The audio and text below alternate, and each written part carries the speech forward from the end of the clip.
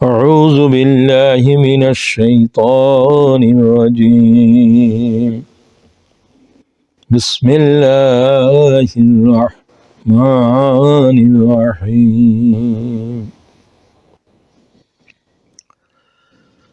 والذين لا يدعون مع الله إلها آخر ولا يقتلون النفس التي حرم الله إلا بالحق ولا يزنون ومن يفعل ذلك يلقى أثاما صدق الله العظيم সাডওয়াল মসজিদের সম্মানিত ইমাম সাহেব, সম্মানিত উলামায়ে কেরাম, শ্রদ্ধাভাজন উপস্থিত এবং অনলাইনে যারা সম্পৃক্ত হয়েছেন সকল ভাই বোনদেরকে জানাই আসসালামু আলাইকুম ওয়া রাহমাতুল্লাহি ওয়া বারাকাতুহু।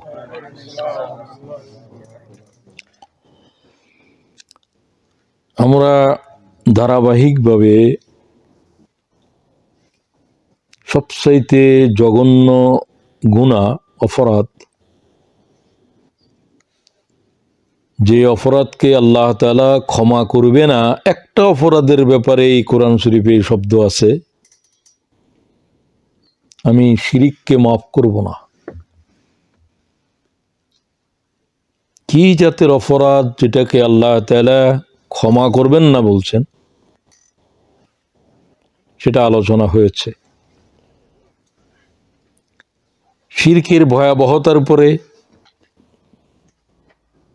শিরক কত প্রকার এবং গুপ্ত শিরক কিরকম, 5 প্রকারের শিরকের উপরে একেবারে আল্লাহর কোরআন, মুহাম্মদুর রাসূলুল্লাহর হাদিসের দলিলের ভিত্তিতে কথা বলা হয়েছে। এই সমস্ত বিষয়গুলো এত গুরুত্বপূর্ণ যে সমগ্র জীবনে যদি এটা না বুঝে দুনিয়া থেকে চলে যায়, একসময় বুঝে আসবে যে সারা জীবনে কিছুই করে আসি নাই, কোনো নামাজ কবুল হচ্ছে না, কোনো রোজা, আল্লাহর কোনো বন্দেগী কবুল হবে না যার সাথে শিরক রয়েছে। আপনি তাহাজ্জুদ পড়েন, তাসবিহ তাহলিল করেন, অনেক কিছু করেন, কিন্তু আপনি শিরক বুঝেন না। একটা বুঝলে আর একটা বুঝেন না। সমগ্র জীবনের আমল বরবাদ হয়ে যাওয়ার জন্য একটা শিরকই যথেষ্ট। এই জাতের একটা ভয়াল বিষয় সম্পর্কে উম্মত কিভাবে ঘুমে থাকতে পারে, অচেতন থাকতে পারে, বা মনে করতে পারে আমি যা বুঝেছি আর কি বুঝ। শয়তানের অনেক সবক আছে, তার ভিতরে এটা একটা। এগুলো তো আমি জানি, আমার আর জানার কিছু নেই। আমরা তো ঈমান বুঝি। 2.5 লক্ষ পয়গম্বর ঈমানের দাওয়াত দিল তামাম জগতের মানব জাতিরে, আপনি ঈমান এত তাড়াতাড়ি কি করে বুঝলেন? 23 বছরের নবুয়তের হায়াতের 13 বছর শুধু ঈমানের উপরে কথা বলছেন, আমল হচ্ছে বাকি 10 বছরে।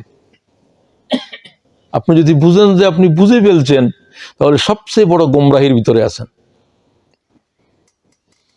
তো বুঝার জন্য তো এই আয়োজন। এখন কোন এই বয়সে মাদ্রাসায় গিয়ে একেবারে সবকিছু কোরআন হাদিসের দলিলে পড়ার তো অনেকের বয়সও নাই, সুযোগও নাই। সে সময় সে সুযোগ তো হারিয়ে ফেলেছি। ওটা কোনো শর্ত নয়, কোনো মাদ্রাসায় বসে পড়তে হবে। আপনাকে জানতে হবে, যে কোনো উপায় আপনি জানেন। তো এই নিয়তেই বসবেন, এই নিয়তে আসবেন। ঈমানের পরে যত ইবাদত রয়েছে, গুরুত্বপূর্ণ ইবাদত হলো এলমের ইবাদত। এটা না হলে ঈমান বুঝে আসবে না, কোনো ইবাদতই করা সম্ভব নয়। কারণ প্রত্যেক ইবাদতের সাথে 4টা জিনিস জড়িত। যেমন সালাত একটা ইবাদত, 4টা জিনিস জড়িত এর সাথে। এটা কি, এর হাকিকত কি, এটা আল্লাহ বলেছেন কোরআনে। ওয়াকিমুস সালাতা লিযিকরি, আমার স্মরণ, আমার জিকির, শুধু আমার ওই জিকির হচ্ছে সালাত, এখানে আর কিছু ঢুকতে পারবে না। এটার উপরে আলোচনা। কখন, কিভাবে, কতটুকু। কি এক নম্বর, কখন, কিভাবে, কতটুকু, চারোটাই ফরজ। তো প্রত্যেক ইবাদতের সাথে এটা কিভাবে দ্বিতীয় ফরজ। এইভাবে সব ইবাদতের চারটা প্রশ্নের জবাব মুহাম্মদুর রাসূলুল্লাহ। সবাই বলবেন না সাল্লাল্লাহু আলাইহি ওয়াসাল্লাম, কারণ তিনি আল্লাহর বান্দা এবং রসুল। আব্দুহু ওয়া রাসূলুহু, বান্দা হিসেবে নিজেও আল্লাহর এই হুকুম পালন করেন, রসুল হিসাবে মানব জাতিকে এই হুকুম কিভাবে পালন করতে হয় বাস্তব প্রশিক্ষণ রাসূলুল্লাহ। রাসূলুল্লাহকে বাদ দিয়ে আপনি কোরআন বুঝেন, ইসলাম বুঝেন, কত বড় জাহেল আপনি। আপনি জবরদস্ত কুফরের ভিতরে আছেন। আপনি কলেমার অর্ধেকাংশ বুঝেছেন আর অর্ধেকাংশ আপনি জানেনই না।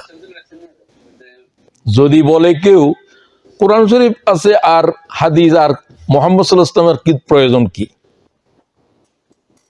শয়তানের কত রকমের সবক,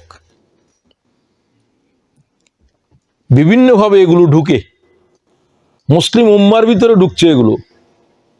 যাই হোক, তাহলে কিভাবে, মানে কোন তরিকায়, কোন পদ্ধতিতে? একমাত্র পদ্ধতি মুহাম্মদুর রাসূলুল্লাহ। এখানে মুসা আলাইহিস সালামের তরিকাও চলবে না, ঈসা আলাইহিস সালামের তরিকাও চলবে না, আর হুজুরের তরিকা চলবে? কোন কাদেরিয়া, কোন নকশবন্দিয়া, কি তরিকায় আপনি জিকির করেন, কি তরিকায় আপনি নামাজ পড়েন? এগুলোর শব্দ, এগুলো জন্ম দিচ্ছে কে? আল্লাহ যেমন তার ওয়াহাদানিয়তের ক্ষেত্রে লা শরীক, তরিকার ক্ষেত্রে মুহাম্মদুর রাসূলুল্লাহ লা শরীক। আর কারো তরিকাই চলবে না। তরিকা মানে পদ্ধতি, হাউ টু ডান দিস, এটা কিভাবে করবেন, এটা প্রত্যেক ইবাদতের জন্য শর্ত। এটা কোনো নফল জিনিস নয়। এই তরিকা না হলে ইবাদত এটা হবে না। সাল্লু কামা রাআইতুমুনি উসাল্লি, আমি যেইভাবে সালাত আদায় করি এইভাবে আদায় করো। তুমি আবিষ্কার করতে পারবে না কিছু। তাহলে দুই প্রশ্ন গেল। তৃতীয়, কতটুকু? মাগরিব কয় রাকাত পড়বেন, কিভাবে, কতটুকু? ফজরেরটা 2 রাকাত, ফরজগুলো বলছে। মাগরিবটা 3 রাকাত। আপনি এগুলোর কোনো হাকিকত আপনার কাছে দরকার নাই। এগুলো এরকম পারবেন। আপনি দেখবেন যে মুহাম্মদুর রাসূলুল্লাহ মাগরিবের নামাজ কোন সময় বলছেন, কয় রাকাত পড়েছেন। তাহলে পরিমাণের ক্ষেত্রে আপনি বললেন 3 রাকাত, আমি 4 রাকাত পড়লে 1 রাকাত বেশি না, অসুবিধা কি? অসুবিধা কি? তোমার নামাজই হবে না, এটাই অসুবিধা। অসুবিধা কি তো তুমি এটাও তুমি বুঝবে না। বুঝবে না বিদায় তো পয়গম্বর সাথে আছে। তাহলে কি, মানে কেন ইবাদত, সিয়াম মানে রোজা কি জন্য? লাআল্লাকুম তাত্তাকুন। কি জবাব দিচ্ছে? তোদের উপরে এইটা, এই ইবাদত কি জন্য ফরজ করছি? আল্লাহরে ভয় করা শিখো। এটাই এই সিয়ামের মাধ্যমে, রোজার মাধ্যমে। আচ্ছা, তাহলে গেল 3টা প্রশ্ন জবাব গেছে। কি, কিভাবে, কতটুকু, আর একটা রয়ে গেল কখন। সালাত পড়লে হবে না ওয়াক্তের সাথে? ওয়াক্তের সাথে। কিতাবাম মাওকুতা, এর একটা বাদ দিলে কোনো ইবাদত হবে না। খুব ভালো করে বুঝবেন এগুলো। এগুলো আলোচনা হয়েছে। এগুলো বললাম যে কথাগুলো এলমের জন্য বলে দেয়া হলো। ইমাম সাহেবই ঘোষণা দিলেন কোরআন শরীফের আলোচনা হবে, তাফসীর হবে। এটা বাংলা ভাষাভাষী মানুষ, ইংরেজি ভাষার লোক এখানে তো কম নাই, একজনও ছিলেন না। তো আপনারা এখন বসছেন যে তার 1/3ও নাই। হয়তো কারো কাছে খুব জরুরি কাজ আছে, সেটা ভিন্ন, থাকে মানুষের। আফসোস ওটা উম্মতের জন্য। আল্লাহ তাআলা আমাদেরকে জানার, আল্লাহ তোমার কিতাবের জানার পিপাসা দাও, পিপাসা দাও, পিপাসা আসতে হবে। এটা কেউ কাকেও জোর করে দিতে পারে না।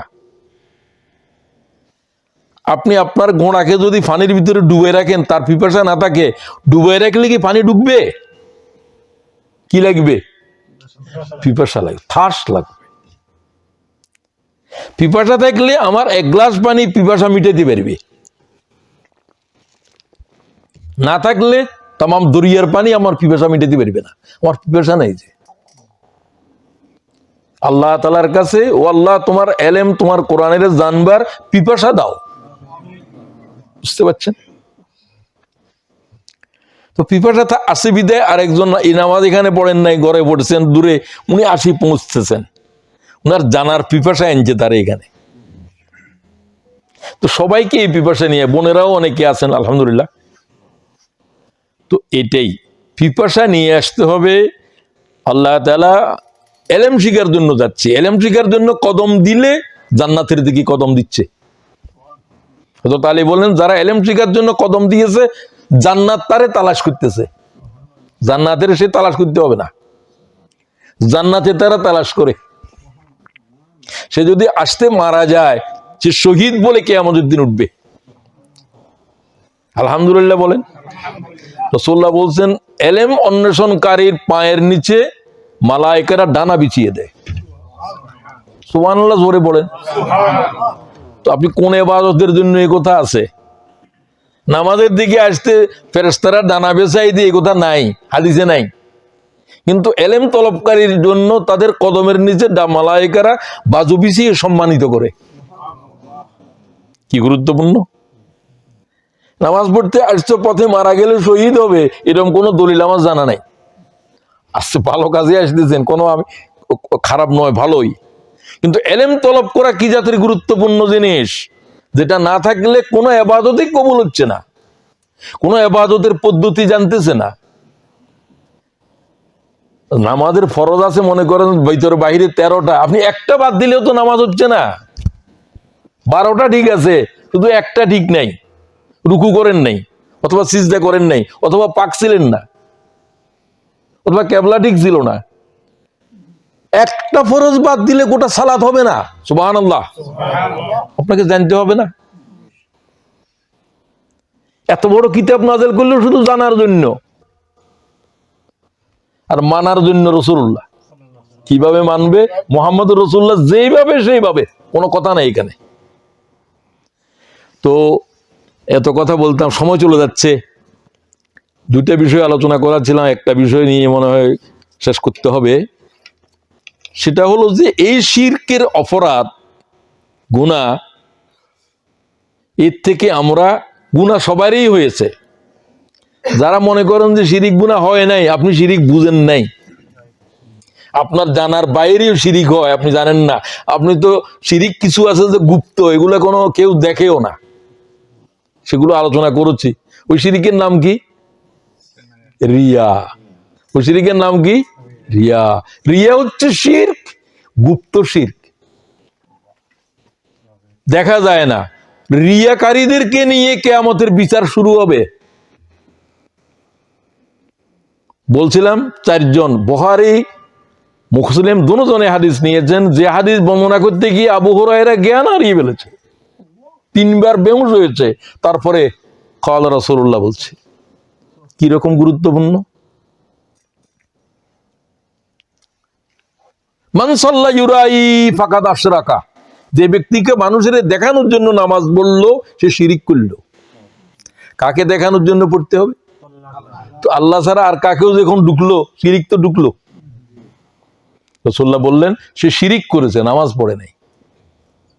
তো আপনি তো, আমি তো জিন্দেগিতে এইভাবে চলতেছে। ওমান তাসাদ্দাকা ইউরাই ফাকাদ আশরাকা, মানুষকে শোনানোর জন্য, দেখানোর জন্য মুসদ বাঁধি দিল, 10,000 টাকা দিল, শিরিক করলো। কিয়ামতের দিন আল্লাহ শুধু বলবেন যে কি জন্য, কি করেছিলা? কই আল্লাহ তোমার দ্বীনের দাওয়াত দিয়েছিলাম, তুমি আমাকে ইলম দিয়েছিলা, তাম জগতের মানুষের কাছে আমি দিনের খেতাব দিয়েছি। আল্লাহ কয় যে চুপ কর, তোর দিলের ভিতরে কি ছিল? দিল কথা বল। আল্লাহর সামনে কথা বলতে শুরু করবে, আমার হাত কথা বলবে, পা কথা বলবে, তামাম অজুদ কথা বলবে। শুনলেই তোর মনের ভিতরে কি ছিল? লোকেরা তোকে বড় আলেম বলবে, বলছিল, জগৎ বাসা আলেম হতে চাইছিলি, হইছত। তো আমার জন্য তো তোর কিছু, আমার কিছু করস নাই, আমার কাছে তোর কোনো বিনিময়ও নাই। কিয়ামতের মাঠের থেকে জাহান্নামে নিক্ষেপ করা হবে। আল্লাহ বলবেন যে পা নিচের দিকে, মাথা উপরের দিকে, এইভাবে নিক্ষেপ কর।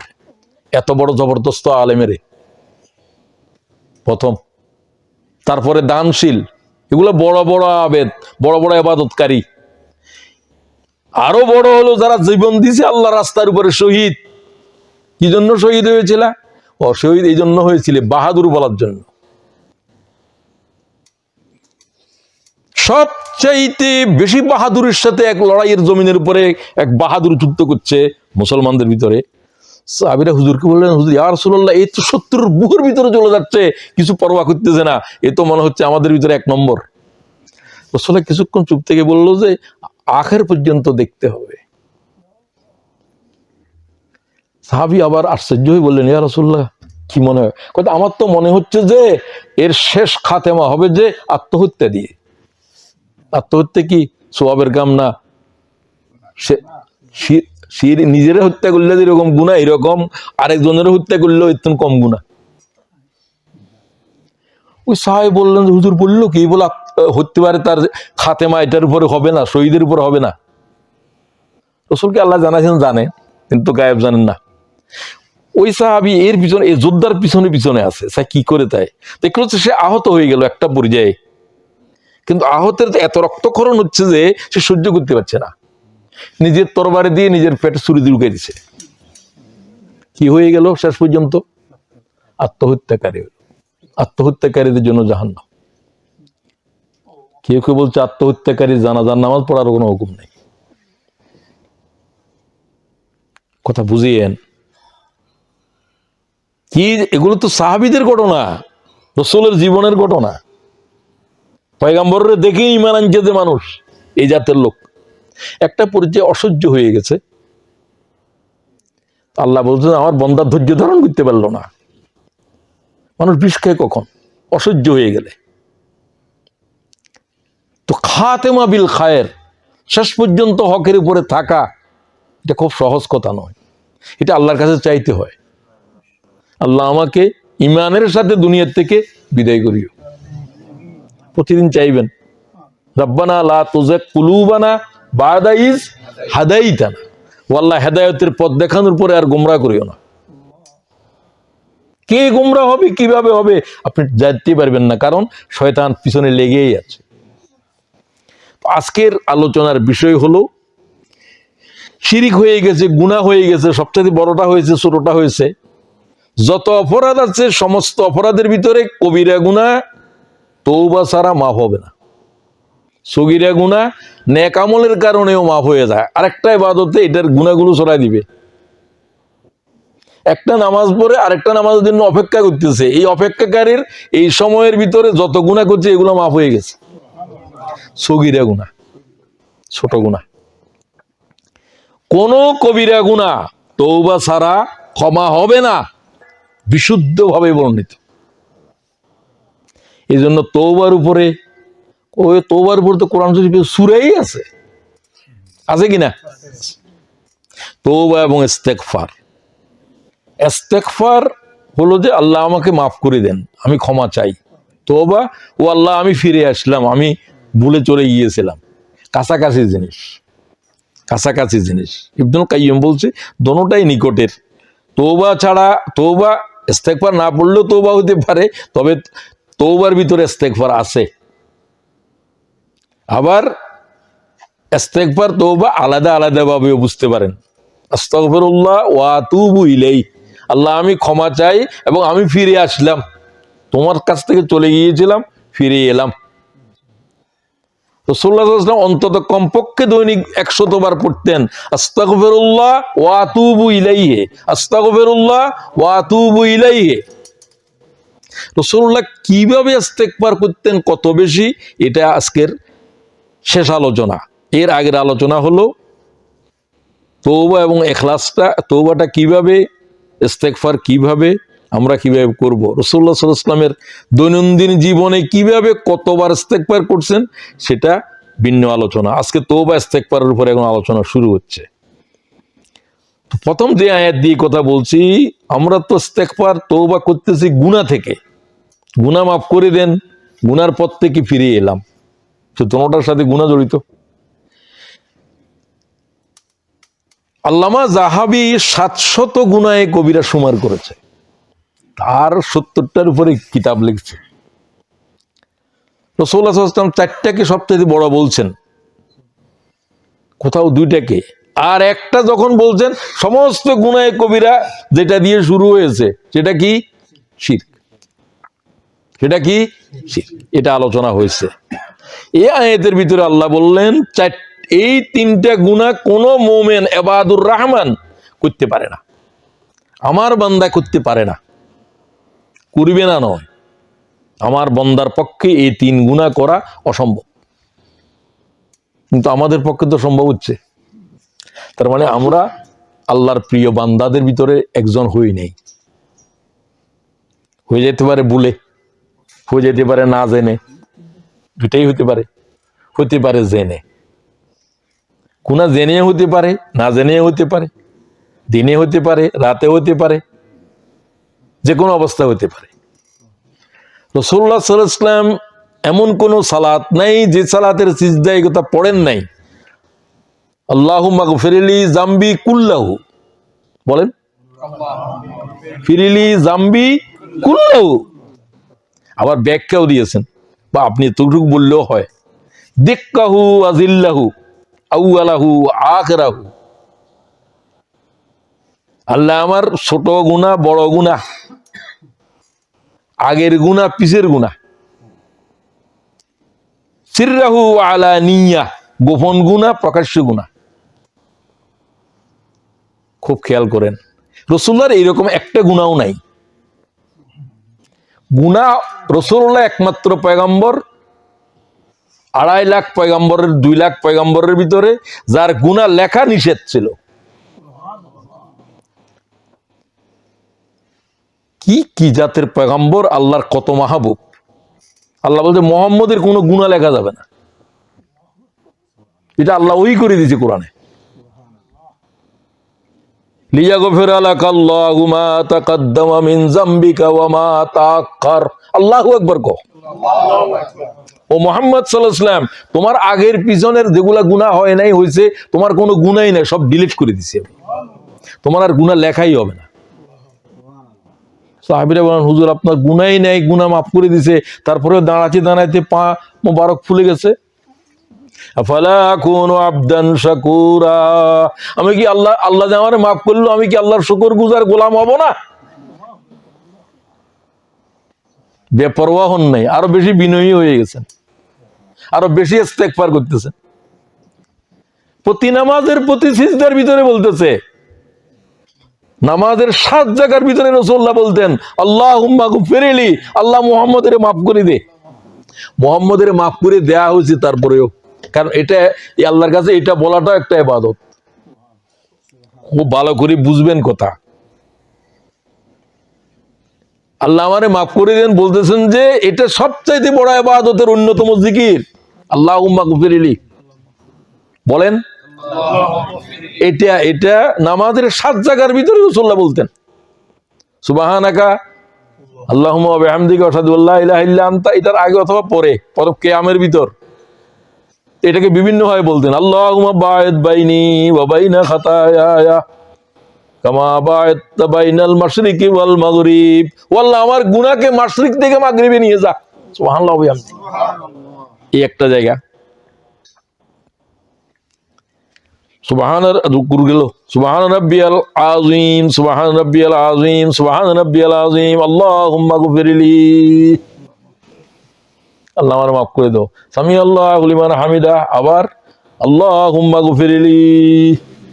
তাসবির পরে পরে সিজদায় তাসবিহ আবার আল্লাহু আকবার, দুই সুজুদের মাঝখানে আরো বেশি লম্বা বলতেন আল্লাহু আকফিরলি, আছেই আল্লাহুম্মা গফিরলি ওয়ারহামনি ওয়াহিদিনি ওয়ারজুকনি ওয়াআফিনি।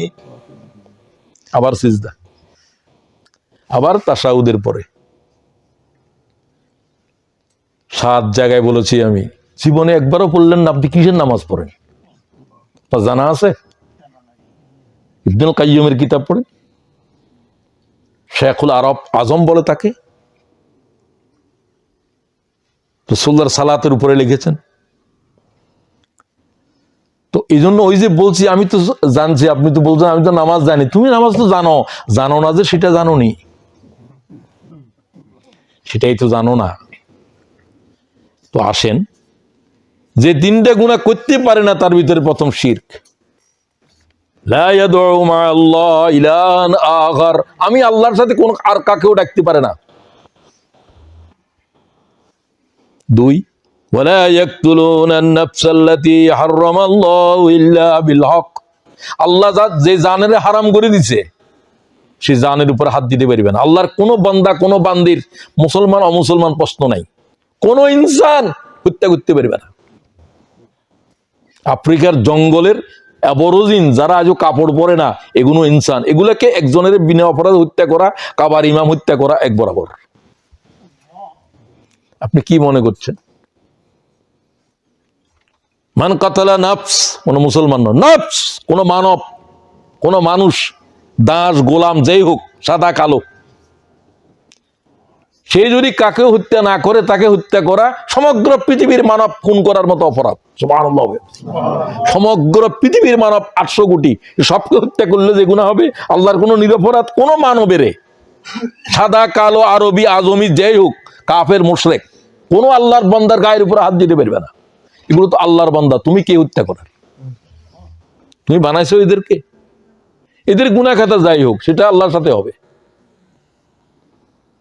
খুব খেয়াল করবেন, সমগ্র দুনিয়াতে শুধু খুনই চলছে, ঠিক কিনা বলেন? রাসূল বলছে একজন মানব খুন করা সমগ্র পৃথিবী জ্বালিয়ে দেওয়ার চাইতেও ভয়ঙ্কর। সুবহানাল্লাহ। 2 নম্বরের গুনাহ হত্যা আরেকজনে করলো, আপনি বললেন যে ঠিক করছো, আপনি হত্যাকারী, অথবা তাকে হত্যার কাজে সহযোগিতা করছেন, সমর্থন করেছেন। আদালতে বিচার করে যাবজ্জীবন কারাদণ্ড, আর আমরা সমাবেশের থেকে দাঁড়াই মিছিলে করে যে হত্যা করো। সব হত্যাকারী হিসাবে কিয়ামতের দিন আল্লাহর সামনে উঠতে হবে। সহজ কোনো বিষয় হবে না। যে বিচার করতে 50,000 বছর লাগবে, আল্লাহর লাগবে দুনিয়ার হায়াতের 50,000 বছর, এক দাঁড়ানোর উপরে কিয়ামতের মাঠে সব দাঁড়া থাকতে হবে। সুবহানাল্লাহ ওয়া বিহামদিহি, সমগ্র মানবের শেষ বিচার করা পর্যন্ত। আল্লাহু আকবার। আল্লাহ একজন একজন করে ধরবে, কোন গোষ্ঠীর বিচার হবে না। আব্দুল্লাহ ইবনে অমুক, আব্দুল্লাহ হাজির হও, জিন্দিগির আল্লাহ প্রশ্ন করবেন, জবাব দাও। সমগ্র মানবের বিচার এভাবে হবে। আর কিছু আছে বিনা বিচারে জাহান্নামে যাবে, ঈমান আনে নাই, এদের কোনো হিসাব নাই। হিসাব আসলে বেশি লোকের হবে না। ঈমান আনো নাই তো পরীক্ষাই দেয় নাই, এর নম্বর কি? এখানে তো বিচার হবে কে কত পাইবা, জান্নাতি না জাহান্নামী, কত নম্বর পাইছো, 51 পর্যন্ত পাইছো কিনা। তাহলে 8 কোটি মানুষের ভিতরে তো 2 কোটি বাদ দিলে 6 কোটির কোনো হিসাব নাই, বিনা হিসাবে জাহান্নাম। তো এদের হিসাবই হচ্ছে না, হিসাব লাগতেছে না। কথা বুঝলেন তো? পাখিগুলোর ভিতরে কিছু আছে যে এদেরকে আল্লাহ তাআলা হিসাবের সহজ করে দিয়েছেন। হুজুর বলছেন যে এদের হিসাব মানে তুমি শুধু ডাকবেন, যাও যাও যাও যাও যাও। হুজুর বলতেন আর উম্মতের 70,000 মানুষ এইভাবে জান্নাতে চলে যাবে। এক সাহেব বল, হুজুর আমার জন্য দোয়া করেন। সম্ভবত আব্দুল্লাহ ইবনে আব্বাস অথবা আব্দুল্লাহ ইবনে মাসউদ। হুজুর বললেন তুমিও আসো, তুমিও আসো। তাহলে এগুলারও আবার হিসাব নাই, শুধু চলে যাও জান্নাতে জান্নাতে জান্নাতে, বাকিদের হিসাব হবে। খুব খেয়াল করেন। তাহলে হিসাব নেই বোঝে এই পর্যায়ে যাওয়ার অবস্থাও তো নাই, হিসাব দিব যে আল্লাহ তাআলা। ভয়াল বিষয় হলো শিরকের পরে কতল, কতল করা, কতলের সাথে সম্পৃক্ত থাকা। ওয়ালা ইয়াজনুন, জিনা করা, একটা আল্লাহর সাথে, একটা মানুষের সাথে, আর একটা নিজের সাথে। আল্লাহর সাথে যত গুনাহ শিরিক বড়, মানুষের উপরে যত জুলুম কতল বড়, নিজের উপরে যত গুনাহ আছে জিনা বড়। আল্লাহ মাফ করে দেন, আল্লাহ মাফ করে দেন। জিনা কত প্রকার সেটাও তো জানে না। চোখ দিয়ে জিনা, কানের জিনা, দেলের জিনা আছে না নাই, চোখের জিনা। আমার কথা নয়, মুহাম্মাদুর আলাইনানে তাজনিয়ানে জিনা ওয়ান নজরু, নাফরমান প্রত্যেক দৃষ্টির ভিতরে এক একটা জিনা করতেছে। তুমি নেকও করতে পারো, প্রত্যেক দৃষ্টির ভিতরে এক একটা জিহাদ করতেছে, হতেও পারে। আল্লাহ তৌফিক দাও। প্রত্যেক দৃষ্টির সংগত করার জন্য চেষ্টা করেন, প্রত্যেকটা দৃষ্টির ভিতরে এক একটা জিহাদ আছে। আল্লাহু আকবার। আবার জিনাও আছে, কে কোনটা করবে সেটা তো তার বিষয়। এত বড় গুনার আয়াতের পরে আল্লাহ তাআলা বলছেন, হ্যাঁ, ইল্লা মান তাবা ওয়া আমানা ওয়া আমিলা আমালান সালিহা, ইল্লা শব্দ দিয়ে হাসর করতেছে। এই জাতের অপরাধকারীরাও আল্লাহ বলছে আমি রহম করবো। তাহলে এখানে শিরিকের বদলে আরেক জায়গাতে বলছে শিরিক মাফ কেন, আল্লাহ এক রাগের ভিতর, এখানে আল্লাহ নিজে নিজের রাগের নিজে ঠান্ডা করে। কারণ আল্লাহ তাআলা হ্যাঁ আরে না করতে পারবে কোরআনে এক জায়গাতে যখন বলছে যে মাফ করবো না, লা ইয়াগফিরু যুনুব, আমি মাফ করবো না শিরকের, ওয়া ইয়াগফিরু মা দুনা যালিকা লিমান ইয়াশা, অন্যগুলো মাফ করবো, সেগুলো ছোট। এর দ্বারা তাফসীরকারীরা বলছেন এর দ্বারা বোঝা যায় যে আল্লাহ তাআলা শিরকেরও খুব যদি তওবাটা যথার্থভাবে আল্লাহর কাছে কাঁদাকাটি করে, আল্লাহ শিরকের গুনাহ মাফ করে দেবে। এই আয়াতে দলিল এটা হাদিসে দিলে হবে না, আল্লাহ নারে হাঁ করতে পারবে না হাদিসে। রাসূলুল্লাহ বলছেন আমি আল্লাহর কোন বিধানের পরিবর্তন করার ক্ষমতা রাখি না, কোন নবী রাখে না। কালামি লা ইয়ানসাকু কালামুল্লাহ, আমি মুহাম্মদ আল্লাহর কোন কালামের রদ করতে পারবো না। সুবহানাল্লাহ। আল্লাহ মাফ করতে পারবে না বলছে, আমি কি মাফ করতে পারবে বলতে পারবো নাকি? আল্লাহ পারবে। আল্লাহ যখন আরেক জায়গায় বলছেন, তো আল্লাহ তাআলার দয়াটা আল্লাহর শাস্তির উপরে বলবত্তর। হাদিস কুদসি, কথা কি বোঝা যায়? তো এখন তওবাটা আসতেছে, ইল্লা দিয়ে বলছেন যে তওবা যদি করো এবং আবার নেকামল করো, এই গুনার জন্য আরো কিছু নেকামল করলা, সৎকা করে দিলা কিছু, এটা আল্লাহ শিখাচ্ছেন। আল্লাহ ছাড়া কে শিখাবে? আল্লাহ রাগ কিভাবে ঠান্ডা হবে আল্লাহ বলে দিবে, আল্লাহ বলে দিবে। আল্লাহ ছাড়া তো শিখানোর কেউ নাই। তো আদম আলাইহিস সালাম ভুল করে আল্লাহ কয় এই গাছের কাছে যাইও না, ওয়ালা তাকরাবু হাযিহিশ শাজার ফাতাকুনা মিনাজ জালিমিন, গেলে কি হবে? জালেম হয়ে যাবি। সব তো আল্লাহর বান্দা, আদমও আল্লাহর বান্দা, মুহাম্মদও আল্লাহর বান্দা, জালেম হয়ে যাবি। সে গাছের ফল খেলো, দনোজনে খেলো, দনোজনেরে বলছে। লজ্জিত হয়ে গেল, জান্নাতের বস্ত্র খুলে গেল, মাও উলঙ্গ হয়ে গেল, আমাদের বাপও উলঙ্গ হয়ে গেল। কোন জান্নাতের যিনি নাফরমানের সাথে থাকবে না, এই নাফরমানি মাফ করলে আসতে পারবে। কাঁদা শুরু করলো, কি করবি এখন? আল্লাহরে ডাকতেও শরম করে। ওই শয়তান এটার গাছের, শয়তান মানুষের সুরতে কান্নাকাটি করে বয়স্ক লোক, আদম আলাইহিস সালাম বুঝতেই পারে নাই, শয়তানের তো এই অবস্থা দেখে নাই। শয়তানের দেখছে যে শয়তান যে কোন রূপ ধারণ করে দিন, তখন শয়তানের জান্নাতে ছিল, যাওয়ার অনুমতি ছিল। বলতে কাঞ্জি তোমার জন্য এই জান্নাতে থাকতে পারবে না। কই কেন? কই যে এই গাছটা একটা দেখতেছো যে, কই হ্যাঁ, এই গাছের ফল যদি খাও তাহলে তুমি কোনোদিন বাইর হবে না, অনন্তকাল বেঁচে থাকবে। গাছেটার নাম হলো শাজারাতুল খুলুদ, অনন্ত বৃক্ষ। এটা শয়তানের নাম দিছে। আল্লাহ কই এই গাছের কাছে যাইও না, যে গাছে হোক, আল্লাহ না করছে এই গাছের নাম বলারও দরকার নাই।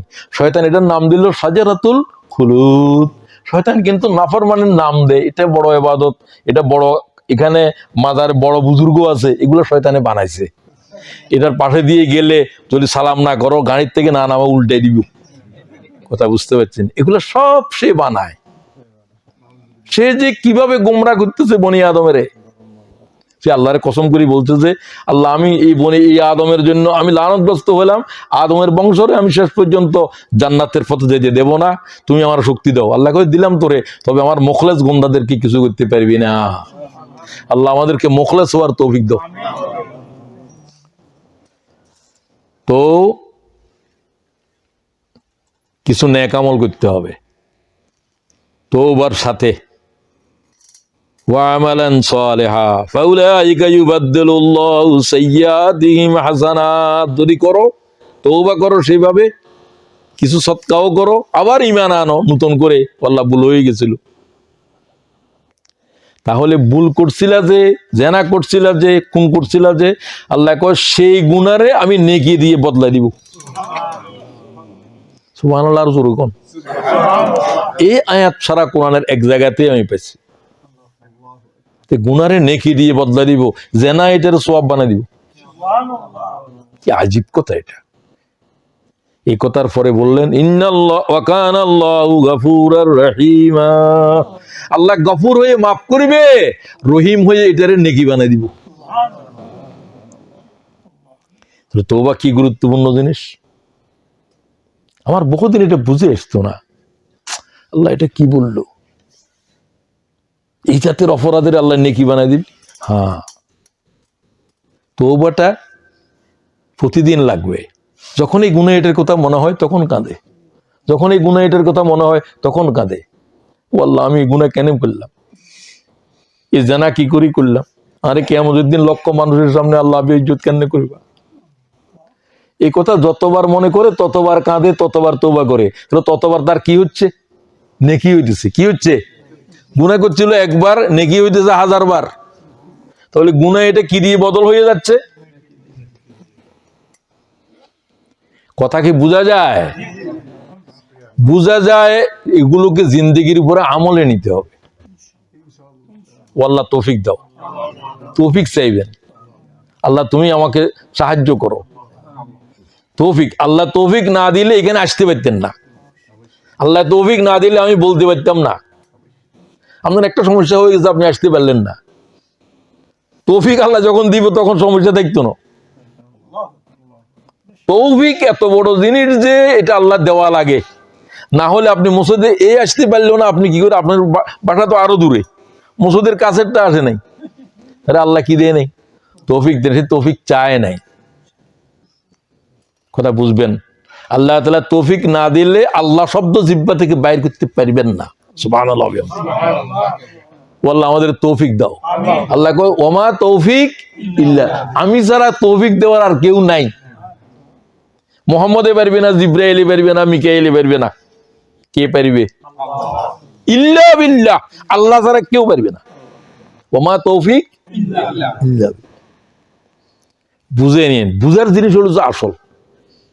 আল্লাহ যারে বুঝ দিছে, আল্লাহ তারে হেদায়েত দিছে। বুঝ নাই, আপনি শেষ। আপনি যে কি করবেন, কোথায় যাবেন, কোনো ঠিক নেই। আল্লাহ আমাদেরকে মাফ করে দেন। ইয়া আইয়ুহাল্লাযীনা আমানু, হে ঈমানদারগণ, তুবু ইলাল্লাহ, কার কাছে তওবা করো? আল্লাহ। কেন করো? কিরকম তওবা করো? তাওবাতান নসুহা, সিনসিয়ার তওবা করো, ইখলাসের সাথে তওবা করো। কিরকম সেটা? যে তওবাকারী তওবা করার পরে আর এই গুনাহ এইভাবে করে না, গাভীর দুগ্ধকে তার বাট থেকে বাইর করলে দুধিটা যেরকম ঢুকানো যায় না, এই লোকের দ্বারা এই গুনাহ করা এইভাবে আর সম্ভব নয়। এরকম যার হয়ে গেছে গুনাহ, এটা রিপিটিশন নাই, বুঝা গেল তার তওবাটা কি, তওবাতুন নসুহা। খালেসন নসুহা মানে এখানে কোনো মেয়ে লোকের পুরুষের নাম নয়, এটা পাগল ছাগলের কথা এগুলো। নসুহা মানে সিনসিয়ার তওবা, ইখলাসের সাথে তওবা করা। আল্লাহ সেটা তাফসীরও দিয়েছেন, ওয়াল্লাযীনা ইযা ফাআলু ফাহিশাতান আও যালামু আনফুসাহুম যাকারুল্লাহ ফাস্তাগফিরু লিযুনুবিহিম, সূরা ইমরান 135 আয়াত। তোমাদের ভিতরে যারা কোনো ফায়সা কাজ করেছে, জেনা করেছে, ফায়সার ভিতরে একটা আর আছে বহুত, আও যালামু আনফুসাহুম, অথবা নিজের উপরে নিজে জুলুম করছে। সব গুনাহ হলো নিজের উপরে নিজে কি করা। আদম আলাইহিস সালাম কি বললেন? রব্বানা, আল্লাহ শিখাই দিচ্ছেন, আমি আদমের তওবা শিখাই দিলাম। তো আল্লাহ না শিখাইলে আদম কিভাবে শিখবো? আল্লাহ তো বাসাই তো চায়, শয়তানের দিল না, শয়তান চায় নাই, শয়তান অহংকারী করছে, আল্লাহর সাথে চ্যালেঞ্জ করছে। আল্লাহ এটা খুব কষ্ট, মানে তার অবস্থা দেখে এত বড় বেশি বন্দেগী করছে আল্লাহর জাতেরে, মালায়েকাদের মুআল্লিম হয়ে গেছে সে, জিনের বাচ্চা, এত মর্যাদা গেছে। তারে ফেরেশতারা নিয়ে গেছিল, ছোট ছিল, জিনেরা আমাদের আগে ছিল। এগুলো যখন খারাপ করতো, এদের কোনো নবী ছিল না, এমনি এদের কিছু কথা বলে দেয়া হইতো, এদের ভিতরে একে অপরকে দিনের দাওয়াত দিত। নবুয়ত শুধু ইনসানের ভিতরে, কোনো মালায়েকার ভিতরে নবী নাই, কোনো কিছুর ভিতরে নবী নাই, শুধু ইনসানের ভিতরে আল্লাহ তাআলা লাখ পয়গম্বর জমিনে পাঠাইছে, সুবহানাল্লাহ। এবং তাও পুরুষদের ভিতরে, নারীদের ভিতরে কোনো নবী নাই, আছে বলে কোনো দলিল নেই। তাফসীরকারীরা বলেন যদি একজন নবী হইতো তাহলে মরিয়ম নবী হইতো।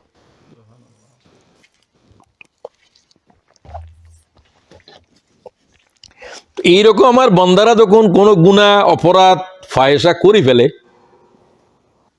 তওবাতুন নসুহার ব্যাখ্যা আল্লাহ দিচ্ছেন, যাকারুল্লাহ, যে মুহূর্তে স্মরণ হলো, হাই কি করলাম এটা, গুনাহ করার পরে একটা অনুভূতি আসে কিনা? আসবে। ফাস্তাগফিরু লিযুনুবিহিম, সাথে সাথে ইস্তেগফার, আস্তাগফিরুল্লাহ, আমি কি করলাম পরবর্তীকার, করি তো ফেলছে, এখন শব্দ কি বাইর করতে হবে? আস্তাগফিরুল্লাহ, আস্তাগফিরুল্লাহ, আস্তাগফিরুল্লাহ। ওয়া মান ইয়াগফিরুয যুনুবা ইল্লাল্লাহ, এইভাবে ইস্তিগফার করবে যে আল্লাহ তুমি ছাড়া আমার এই পাপের থেকে উদ্ধার করার কেউ নাই, সুবহানাল্লাহ। ইল্লাল্লাহ, ইল্লাল্লাহ, ইল্লাল্লাহ, তুমি ছাড়া আর কেউ আমাকে মাফ করতে পারবে না। আমাকে জিবরাইল ক্ষমা করতে পারবে? আমাকে মুহাম্মদ রাসূলুল্লাহ ক্ষমা করতে পারবে? না। কে পারবে? সে এই কথা বিশ্বাস করে, এই কথা এইভাবে ইস্তেগফার পড়ে যে আমি আল্লাহ ছাড়া তারে মাফ করার কোনো জাত নাই, সুবহানাল্লাহ। খুব ভালো করে বুঝেন, তওবাতুন নসুহারে আল্লাহ ব্যাখ্যা করছেন, ওয়ালাম ইউসিররু আলা মা ফাআলু, যে গুনাহ সে করেছে সে গুনাহ সে আর রিপিট করে না। সিরুন মানে বাড়াবাড়ি করে না, কালকেও করছে আজকে আবার করে, কালকে শরাব খাইছিল, খাইছে ঠিক আছে আর খাইতাম না, আবার আজকে ঠিক আছে আজকে খাই আর খাইবো না, আবার গাঁজাখোর, নেশাখোর, আবার খায়, সে এটাকে আবার রিপিট করলো, রিপিট করতেছে। আমি যে বন্দারা ক্লাসের সাথে তওবা করেছে তারা কৃত অপরাধ আরেকবার পুনঃ করে না। খুব খেয়াল করেন, তওবাতুন নসুহা বুঝেন।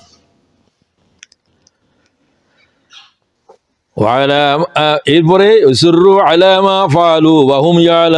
যখন তারা জানে যে এটা গুনাহ, না জেনে ভিন্ন, জানে যে শরাব গুনাহ, নামাজ তরক করা গুনাহে কবিরা, এই কথা জানার পরে সে আর সে গুনাহ রিপিট করে না। একটা হয়তো ভুলেও হয়ে যেতে পারে, না জেনেও হয়ে যেতে পারে। তাহলে যে গুনাহকে আর রিপিট করে না, যে গুনাহ করার সাথে সাথে অনুতপ্ত হয়ে যায়, ইস্তেগফার পড়ে ফিরে আসে, আল্লাহ বলছে আমি আল্লাহ তার গুনাহ মাফ করে দেব। কোরআন শরীফ ওহী করে দিছে, আমার বান্দাদেরকে নিরাশ হইতে না করো। কুল ইয়া ইবাদিয়াল্লাযীনা আসরাফু আলা আনফুসিহিম লা তাকনাতু মির রাহমাতিল্লাহ। আল্লাহু আকবার। যে আল্লাহ বলছে গুনাহ মাফ করবে না, সে আল্লাহই কয়, কি কয়? আমার বান্দাদেরকে জানায় দাও ও মুহাম্মদ সাল্লাল্লাহু, আল্লাহ তো নিজেই কোরআন শরীফে জানায় দেয়, আবার জানা যদি কয় কেন, রিপিট করে, দৃঢ়তার সাথে বলে, বল আমার কি মাফ হবে? বহু সাহাবী বলতেন, হুজুর আর কি গুনাহ মাফ আছে? তওবাতুন নসুহা। রাসূলুল্লাহর দরবারে এসে এক নারী বললেন, আযদ গোত্রের মেয়ে, ইয়া রাসূলুল্লাহ, আমি অন্যায়ভাবে জেনা করেছি এবং আমার পেটের ভিতরে সন্তান আছে। রাসূলুল্লাহ চেহারা ঘুরাই ফেললেন, আবার সে সেদিকে যায়, এদিকে গেলে এদিকে যায়, চারবার রাসূলুল্লাহ সাল্লাল্লাহু আলাইহি ওয়াসাল্লাম তাকে ইগনোর করলেন, সে চারবারই একই কথা বলল সাহাবায়ে কেরামের সামনে। হুজুর বললেন, তোমরা কি নারীকে চিনো? আমরা চিনি তো, এটা তো আযদ গোত্রের, ওই গোত্রের মেয়ে। তো তোমার এরপরে চারবার, মানে জেনার জন্য কয় সাক্ষী লাগবে? তো জিনা তো কেউ কারো সামনে করে না, সে নিজের উপরে নিজে কয়বার সাক্ষী দিল? চারবার। রাসূলুল্লাহ তারা জিজ্ঞাসা করলেন, তুমি কি সুস্থ? জি। তোমার মা বাবা আছে? আমার আব্বা আছে। তোমার আব্বারে ডাকো। হুজুর বললেন, তার উপরে কোনো দণ্ড দিবা না। রাসূলুল্লাহর কাছে বিচার চাচ্ছে, মানে সে আদালতে হাজির হয়ে গেছে, বিচার এখন রাসূল করতে হবে। সে না জানাইলে পারতো, মাফ হয়ে যেত, আল্লাহর কাছে মাফ চাইতো, কিন্তু আদালতে যখন তুমি অপরাধ স্বীকার করিবা, এখন দণ্ড জারি হয়ে যাবে। রাসূলুল্লাহ চাইছিলেন না, সে যদি প্রথমবারও চলে যেতে পারতো। কথা বুঝেন নাকি আমি কি বলি? বাপেরে বললেন, এর উপরে কোনো আঘাত করিবে না, এই আল্লাহর ভয় বেশি ভীত হয়ে গেছে গুনাহ করে। তো বুঝতে পারছেন, সাহাবীদের সামনে, রাসূলের সামনে এই কথা ব্যক্ত করছে এবং বললেন যে, ইয়া রাসূলুল্লাহ, আমি যা করেছি অন্যায়, আমাকে শাস্তি দেন, আমার উপরে পাথর মার। জানে যে শাস্তি কি, জানে জেনার শাস্তি কি? পাথর। তো আমার পাথর মার, নামা হত্যা করেন, আমি আল্লাহর আযাব থেকে বাঁচতে চাই, আল্লাহ যেন আমার নজরে, আর আমি দুনিয়ার থেকে এইভাবে শাস্তি নিয়ে। রাসূলুল্লাহ বললেন, চলে যাও। বাপেরে বললেন যে, সন্তান প্রসব হওয়া পর্যন্ত অপেক্ষা করো, তোমার পেটের সন্তান, তোমার উপরে এখন বিচার দণ্ড দিলে ছেলেটাও কি হয়ে যাবে, বাচ্চাটাও কি হবে, মারা যাবে। মারা দিলে বাচ্চা এটা বাঁচবে নাকি? তো এর অপরাধের জন্য তো এরে দণ্ড দিতে পারবে না, ছেলে তো কোনো অপরাধ করে নাই। বাচ্চা হয়েছে আর আবার আসছে 1 বছর পরে। রাসূলুল্লাহ জীবিত, সেও জীবিত। তো যে, ইয়া রাসূলুল্লাহ, আমি আমার বাচ্চা প্রসব করেছি। হুজুর কয়, তুমি চলে যাও বাচ্চা নিয়ে, 2 বছর পর্যন্ত বাচ্চার দুধ হক তোমার কাছে আছে, তোমার আগে দণ্ড দিলে তো তার হক থেকে তাকে মাহরুম করা হবে, যাও। হুজুর চাচ্ছেন চলে যাক। কয় বছর? কোরআনের আয়াত, আল্লাহ বলছে তার মায়ের স্তনের ভিতরে 2 বছর সন্তানের হক রয়েছে। 2 বছর পরে সে আবার আসছে একই কথা নিয়ে। এখন তার রেহাই নেই, তার আত্মীয় স্বজনকে ডাকা হলো, বাচ্চাটাকে রাসূলুল্লাহ কাকে নিয়ে যেতে বললেন, কেউ নিয়ে গেছে অথবা তার পিতামাতারা নিয়েছে। রাসূলুল্লাহ খালেদকে বললেন যে, যাও, তার উপরে শরীয়তের হুকুম, হদ জারি করে দাও, তাকে তার বুক পর্যন্ত মাটি দিয়ে করে, পরে মাথার উপরে পাথর মারো এবং মৃত্যু না হওয়া পর্যন্তই পাথর মারতে হবে। সবচেয়ে কঠিন শাস্তি এটা। এটা এই জন্য যে সমাজ থেকে যেন এটা দুর্বৃত হয়ে যায়, একটা দেখে হাজার হাজার মানুষ সংশোধন হয়ে যায়। রাসূলুল্লাহ কিন্তু হদ লাজেম করার পরে এইরকম দাঁড়াই থাকে না, রাসূল সাল্লাল্লাহু আলাইহি ওয়াসাল্লাম দাঁড়াই রইলেন। তারপরে যে হদ সিদ্ধান্ত বাস্তবায়ন হচ্ছে, রাসূল সাল্লাল্লাহু আলাইহি ওয়াসাল্লাম দেখতেছিলেন এবং সাহাবীরা বলতেছেন যে রাসূলুল্লাহ কাঁদতেছিলেন। প্রথম পাথর মারার সাথে তার রক্ত ফিনকে দিয়ে খালেদের গায়ের উপরে গিয়ে পড়লো ছিটকে। খালেদ তারে গালি দিল, অসভ্য মেয়েটাকে, এটা সেটা। রাসূলুল্লাহ কষ্ট পেলেন, খালেদ, এই মেয়েকে গালি দিও না, এ যে তওবা করেছে, এই তওবা যদি অন্যায়ভাবে কর আদায় করেছে মানুষের উপরে, ওই রকম এক গোষ্ঠী মানুষের উপরে যদি তার তওবা বন্টন করে দেওয়া হয়, আল্লাহ তাদেরকে মাফ করে দেবে। তওবাতুন নসুহা, খুব ভালো করে বুঝেন তওবাতুন নসুহা কি। আল্লাহ তাআলা আমাদেরকে তৌফিক দাও, গুনাহ থেকে এইভাবে সরিয়ে আসতে হবে, তাহলে সেই গুনাহ আপনার জন্য নেকি হয়ে যাবে। রাসূলুল্লাহ সাল্লাল্লাহু আলাইহি ওয়াসাল্লাম তার মৃত্যুর পর বললেন তারে গোসল দাও। রাসূলুল্লাহ নিজে তার ইমামতি করলেন এবং হুজুর বললেন যে সে জান্নাতি। এই জানাকার মেয়েটাকে কিসে তারা জান্নাতি বানাইলো? তওবা, তওবাতুন নসুহা, বিশুদ্ধ হবে হাদিসে বর্ণিত। তো তওবার এক দৃষ্টান্ত আপনাদের সামনে পেশ করলাম, বেশি কথা না বলার জন্য। আদম আলাইহিস সালামের তওবা শুধু তওবা নয়, আল্লাহ শিখিয়ে দিয়েছেন ফাতালাক্কা আদামু মির রাব্বি কালিমাতিন ফাতাবা আলাইহি। তওবা করার জন্য আমি তার কালেমা শিখিয়ে দিলাম। কি শিখাবে? রব্বানা যালামনা, বলো রব্বানা যালামনা আনফুসানা ওয়া ইল্লাম তাগফির লানা ওয়া তারহামনা লানাকুনান্না মিনাল খাসিরিন। আল্লাহ, আমি আমার উপরে জুলুম করছি, তুমি যদি মাফ না করো আয় আল্লাহ তাআলা, আমি তো ধ্বংস খাসিরিনদের অন্তর্ভুক্ত হয়ে যাব।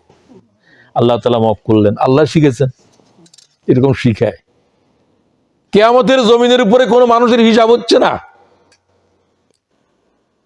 40 বছর তারও বেশি সময় পর্যন্ত কিয়ামতের মাঠে দাঁড়ায় থাকবে, আল্লাহ কোনো আওয়াজ দেবে না। আল্লাহু আকবার। মগজ টকবক করতে থাকবে, সমস্ত পয়গম্বররা অস্থির হয়ে যাবে। মানুষেরা আদম আলাইহিস সালামের কাছে যাবে, আপনি আমাদের আব্বাজান, আল্লাহর হিসাব শুরু করতে বলেন। হিসাবই শুরু করছে না। কি হবে আমাদের? কি হবে তো পরে। সমস্ত পয়গম্বর বললো যে আল্লাহর সামনে কেউ কথা বলতে পারবে না, আল্লাহর ভয়ে কিয়ামত কাঁপতেছে থরথর করে, শুধু আওয়াজ শোনা যায়, লিমানিল মুলকুল ইয়াউম, বল আজকে রাজত্ব কার? কে বলবে? কারো আওয়াজ আছে? আল্লাহ থেকে জবাব আসে, লিল্লাহিল ওয়াহিদিল কাহ্হার। সুবহানাল্লাহ, কাহ্হারের রাজত্ব চলছে আজ। সবাই রাসূলুল্লাহ সাল্লাল্লাহু আলাইহি ওয়াসাল্লামের কাছে আসবেন, সব পয়গম্বরেরা, আদম থেকে ঈসা পর্যন্ত। আনা লিওয়াইল হামদি ইয়াউমাল কিয়ামা তাহতাহু আদম ওয়া মান দুনাহু। রাসূল হাদিসে ফরমান, আমার কদমের উপরে 1 লক্ষ পয়গম্বর হাজির হবে। আল্লাহ আমাকে সেই মর্যাদা দিয়েছেন। আমি বলবো যে আমি আল্লাহর কাছে কথা বলবো, সুবহানাল্লাহ ওয়া বিহামদিহি। এবং আল্লাহ তাআলার রাগের ভিতরে রাসূলুল্লাহ কথা বলতে সাহস করতেছে না। হুজুর নিজে বলছেন হাদিসে, ইমাম তিরমিজি হাদিস নিয়েছেন, হুজুর বলছে আমি সিজদায় পড়ে কাঁদতে থাকবো। তখন আল্লাহ আমাকে কিছু কালেমা শিখিয়ে দিবেন, তুমি এটা পড়ো। আল্লাহর রাগ কি করে ঠান্ডা হবে আল্লাহ জানে। হুজুর বলছেন আমাকে আল্লাহ তাআলা কিছু কালেমা শিখাবেন, সেগুলো এখন আমার জানা নাই, কোনো নবীত্ব জানা নাই, হুজুরেরও জানা নাই। তখন আল্লাহ তাআলা আমাকে শিখাবেন সিজদায়। ওটা যখন আমি পড়বো ওই কালেমা, আল্লাহ বলবেন ইরফা রাসুকা ইয়া মুহাম্মদ, মুহাম্মদ মাথা উঠাও। সুবহানাল্লাহ। তুমি কি চাও? রব্বে হাবলি উম্মতি। ও আল্লাহর উম্মতেরা বরদাস্ত করতে পারতেছে না। মানব জাতির ভিতরে সর্বপ্রথম রাসূলুল্লাহ নিজের উম্মতের কথা বলবেন এবং আল্লাহ নির্দেশ দিবেন যে মুহাম্মদের উম্মতের হিসাব শুরু করো। সুবহানাল্লাহ। বাকিরা আছে এই অবস্থায় থাকবে। রাসূলের উম্মতের হিসাব শেষ না হওয়া পর্যন্ত কোন পয়গম্বরের উম্মতের হিসাবও শুরু হবে না।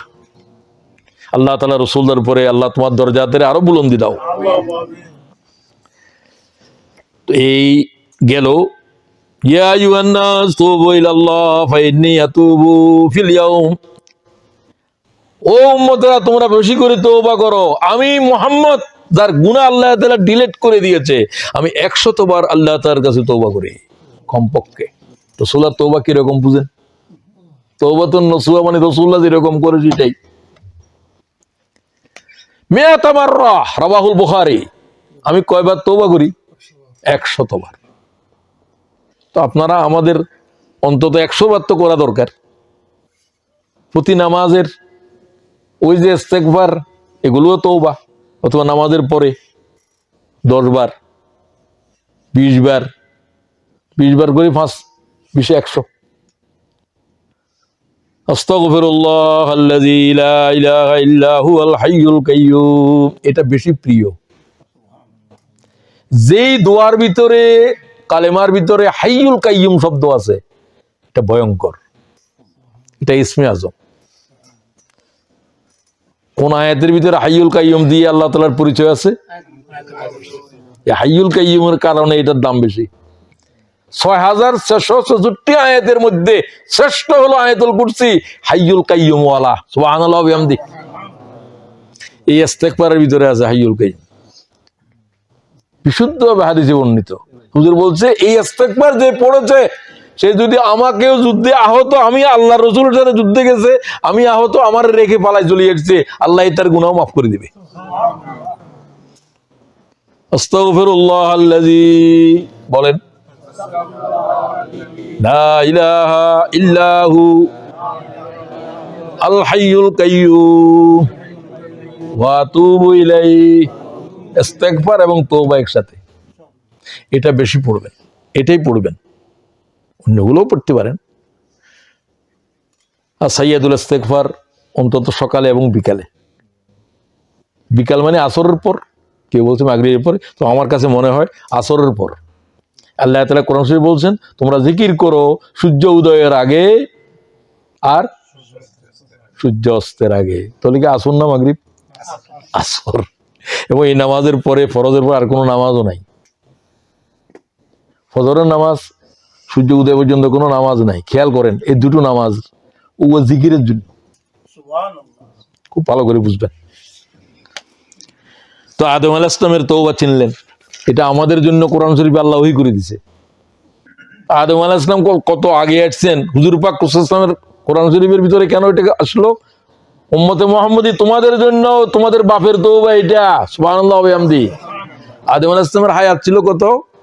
1000 বছর, পূর্ণ 1000 বছর। সব সন্তানদেরকে দেখাইছে। কেউ কেউ বলছে আদম আলাইহিস সালাম খুব সুন্দর লাগছে আদম আলাইহিস সালামের কাছে দাউদ আলাইহিস সালামের আওলাদদের ভিতরে, কোথায় এটা দাউদ, কেউ নবী হবে তোমার সন্তানের ভিতরে। এত সুন্দর, এত কণ্ঠ সুন্দর, দেখতেও সুন্দর ছিল। আর হায়াতের তুমি কিছু তারা দিয়ে দাও। 40 বছর না কত দিয়েছিল, এগুলো এমনি আমি কোনো হাদিসে পাই নাই, ওলামায়ে কেরাম এবং বিভিন্ন ঘটনার ভিতরে বলা হয়। তো আদম আলাইহিস সালাম যখন তার ওই 1000 বছর পূর্ণ হওয়ার আগে দিয়ে 40 বছর আগে আসছে, মালাকুল মউত কই কেন আল্লাহ আমার বলছে তোমার 1000 বছর, তুমি 40 বছর দিয়ে দিছো না, আমি ভুলে গেছি এখন। তো আল্লাহরে বলছে, আল্লাহ কই ঠিক আছে 1000 পুরা করে দাও। মানুষ তো ভুলে যায়, আদম তাই, ভুলে না গেলে তো গন্ধম খাইলো কেন, ভুলে যায়। ইনসান মানে যে ভুলে যায়, ইনসান শব্দের মানে কি? ভুলে যায়। আমরা বেশি ভুলে যাই। এই জন্য আল্লাহর কাছে একটা দোয়া আছে যে আল্লাহ তাআলা, আল্লাহ কিছু কি ভুলে যায়? ওরে বাবা, আল্লাহ কোনো কিছুর ভুল নাই। ভুল টুল এগুলো কি আল্লাহ, ভুল থাকলে তো সুবহান হবে না।